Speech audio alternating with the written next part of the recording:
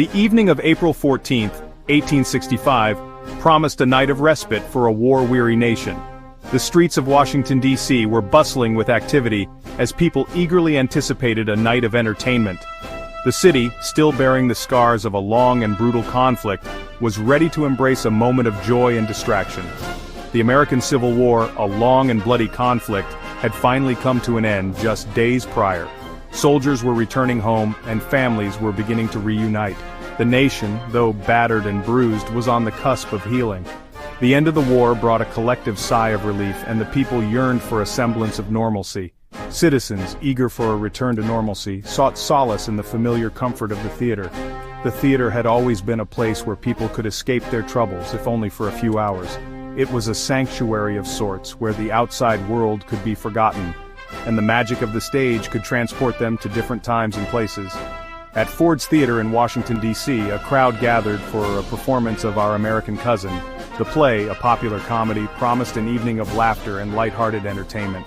The theater was a beacon of hope and joy in a city that had seen so much sorrow. Among them, unsuspecting and unguarded, was President Abraham Lincoln, accompanied by his wife, Mary Todd Lincoln. The president, who had borne the weight of the nation on his shoulders, was looking forward to a rare evening of relaxation. It was a chance for him to unwind and enjoy the company of his beloved wife. The atmosphere inside the theater was lively, a stark contrast to the somber mood that had gripped the nation for the past 4 years. The audience, dressed in their finest attire, was abuzz with excitement.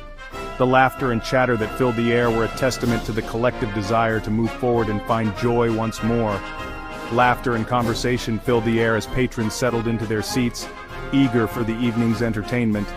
The anticipation was palpable, and the sense of community was strong. People from all walks of life had come together to share in this moment of reprieve.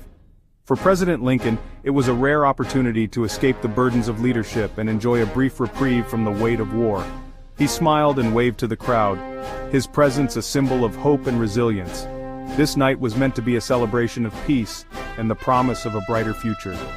Little did anyone know that this night of revelry would soon transform into a night of unimaginable tragedy. The joy and laughter that filled the theater would be abruptly silenced, leaving a nation in mourning.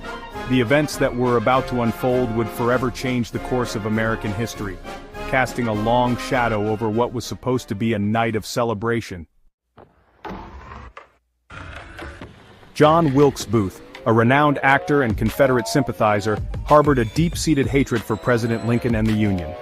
Fueled by the South's defeat, and enraged by Lincoln's push for civil rights for freed slaves, Booth plotted a desperate and heinous act of revenge. He believed that by assassinating Lincoln he could throw the nation back into chaos and potentially resurrect the Confederacy.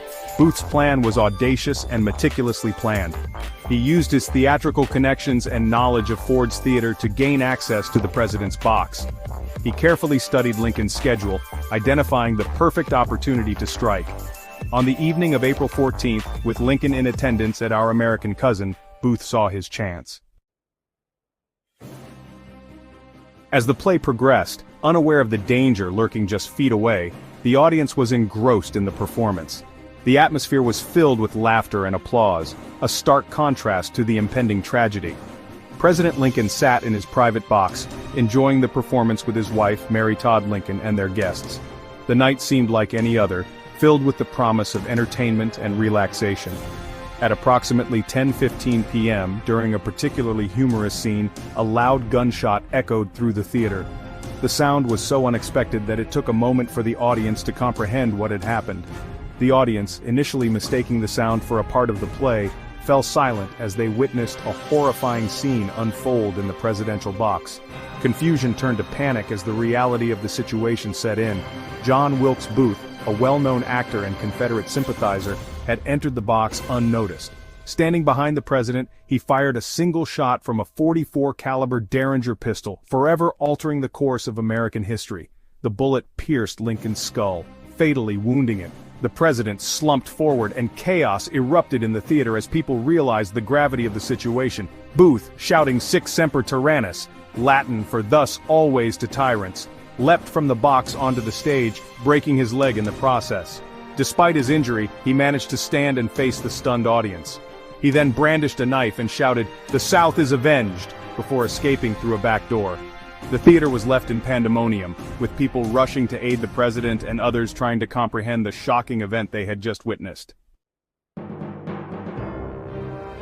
Panic and confusion erupted in the aftermath of the shooting. The once jubilant atmosphere of the theater turned into a scene of utter chaos. People were unsure of what had just transpired, and fear gripped their hearts as they realized the gravity of the situation. Screams filled the air as audience members scrambled for the exits.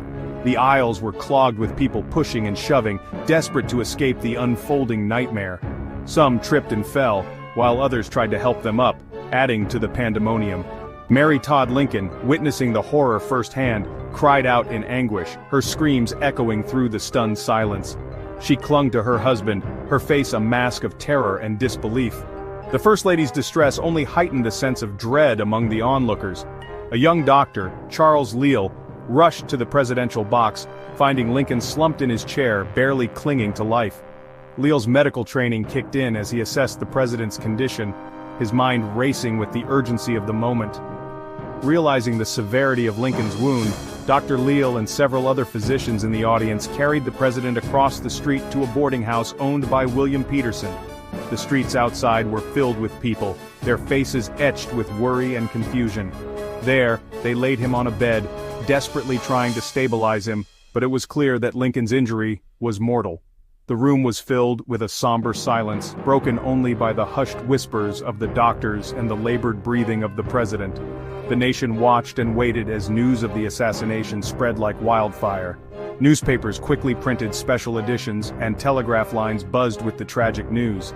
People gathered in public squares, their faces reflecting a mix of shock, sorrow, and disbelief. Section 5. A Nation in Mourning. The news of Lincoln's assassination sent shockwaves across the nation and around the world. The joy and relief that had followed the end of the Civil War just days earlier were replaced with profound grief and disbelief. People struggled to comprehend how such a tragedy could befall a nation still healing from the wounds of war. Across the United States, flags were lowered to half-mast, and cities draped themselves in black bunting as a symbol of mourning. Church bells tolled solemnly, their mournful cries a somber reminder of the immense loss the nation had suffered.